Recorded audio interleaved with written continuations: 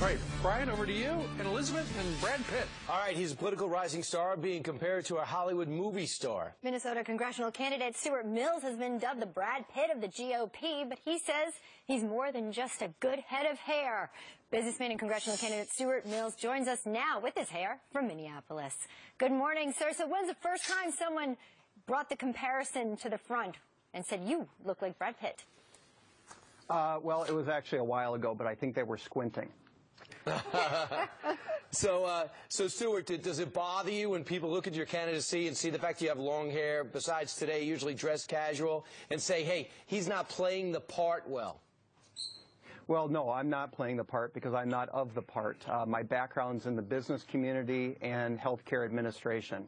I've spent my entire life working in our family's business, which is Fleet Farm, an upper Midwest retailer that has a little bit of everything. As we say, if Fleet Farm doesn't have it, you don't need it. And I'm also the plan administrator of our company's self-insured health plan. And I've seen firsthand how Obamacare has hurt a lot of people. It's a disaster. Wow, so you also have the hunting doctrine, too. Can you explain that? The hunting camp doctrine, yes. People ask me, is it real? Yes. The first time I went hunting with my dad, I complained about the food.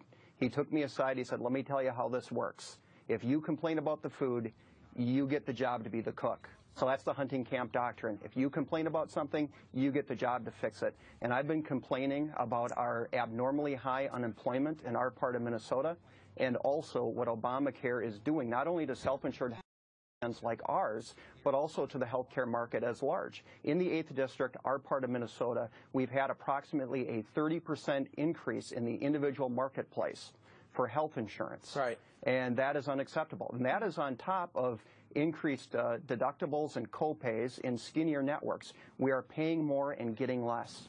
So when people look at you, you're obviously a person of substance, you have this business background, and when they come out and point out your looks and your hair, does that anger you?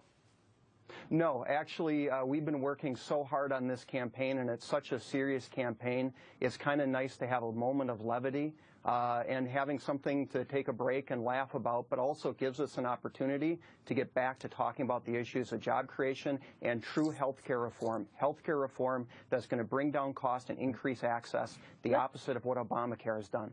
You mentioned job creation. What's your plan to do just that specifically? Well, first of all, the 8th District, our part of Minnesota, has a very Main Street-oriented economy. We have to understand that there is no such thing as a jobless recovery on Main Street. Just because Wall Street is doing well, it doesn't mean that Main Street is doing well. Well, I'll tell you what, Wall Street's not doing that well these days because our economy just shrunk in the last quarter, and people are trying to still rationalize it, how that snuck up on us. Real quick, when it comes to getting votes, winning the female vote is key. What are you doing to attack the female vote? Well, certainly we're reaching out to all people, and our message of economic prosperity is both a male and a female issue. But certainly I've been involved in our local women's shelter and sexual assault services. It's something I feel strongly about. It's something that doesn't get the recognition that it should. We have problems in our communities, and we have to come together as a community to make sure that we address those issues. Talk about walking the walk. You're actually wearing high heels, pink high heels in that campaign there. Stewart Mills, I want to thank you for us, assuming that if you go forward and take the win, the hair would come with you and you'd be wearing the suit and maybe heels now and then. Exactly. I'm not going to change who I am.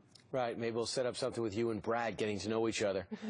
Okay. That would be fun. That would be good. He's from Minnesota, and he wants to be the next congressman there.